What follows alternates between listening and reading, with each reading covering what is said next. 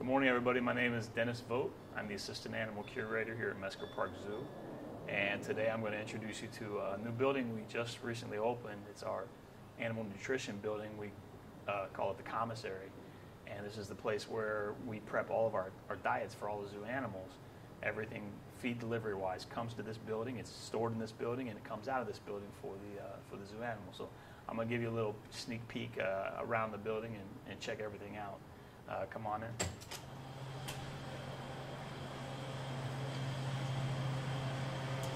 This entrance that we just came in, this would be the entrance that our keepers come in the morning. Here in about 30 minutes or so, they'll walk right in that door and pick up their animal diets. Right here on the side over here is the cooler where all the diets that were prepared yesterday are stored and waiting for pickup for the morning. Keepers will come in here and label by area, and they'll pick out what they need, take it to areas and feed animals and get their day started. So this is where the keepers primarily go. Back here is where the commissary nutrition staff come back. They come on in here. We do go through a foot bath. We have strict biosecurity protocols, so that's just to keep bacteria and viruses down from getting inside the building, any kind of germs. So come on in here. This area behind me is where we keep some of our grain storage, as well as a dirty area. It's where we do all the cleanup. And unlike the old kitchen, we put all the cleanup in one area, and all the preparation, the food prep, is in a separate area, just so it's not contaminated. So you come on and check the preparation out. This is the diet prep area.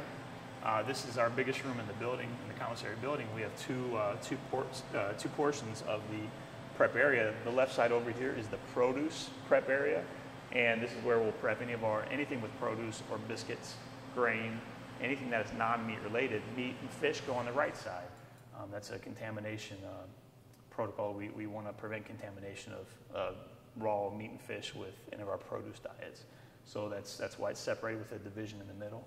And we only make produce on that side, and we only make meat and fish on that side, just to prevent that from that contamination from happening. So it's really nicely set up in here. It's a nice open space for our commissary staff. We have appliances just like you'd see in a regular kitchen, microwave, oven. We do bake some products. We microwave some products. Behind me here is the entrance to the cooler and the freezer, and we can come on and take a peek in there. It's a big walk-through cooler and refrigerator, and the cooler stores all of our produce for anything we need here at the zoo.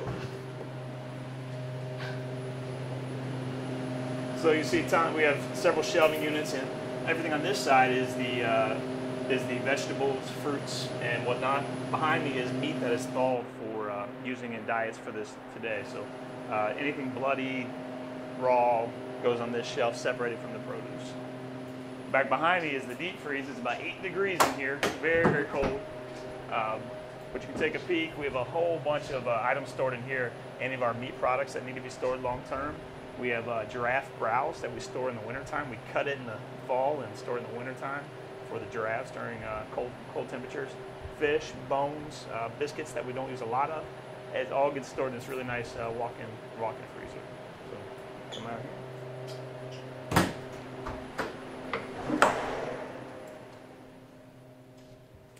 Around the corner here, we're walking past our public entrance, where our staff can go outside and talk with the visitors on busy days and times when they want to just kind of interact with the visitors and let them know what's going on in this building. It's really nice to have that option here. We have this little room over here. This is we call it our live animal room, and we have the potential to store several different feeder type animals here, including mice and rats if we want to breed mice and rats. Right now, all we have are mealworms in here, which are just cool enough anyway. But mealworms, we want to keep it separated from any of our produce and prep areas, just for, again, contamination protocol. But mealworms are like candy for a lot of the monkeys and birds here at the zoo. Healthy candy, though. So that's what this room is only used for. We don't use it for anything else. Come back this way. You'll see we have a lot of dry erase boards here too. Really important to leave notes for people. So that's kind of ongoing, us updating all these boards with the new building. We have office space, restroom area, and then I have one more room to show you back here. It's kind of a cool room. This is our grain storage room. And this is where all of our grain deliveries come to the zoo. It takes a lot of money to feed a zoo. And a lot of that money is in the form of grain products as well as the produce portion of it. But this big grain room, we originally stored all our grain in individual trailers that were not temperature controlled.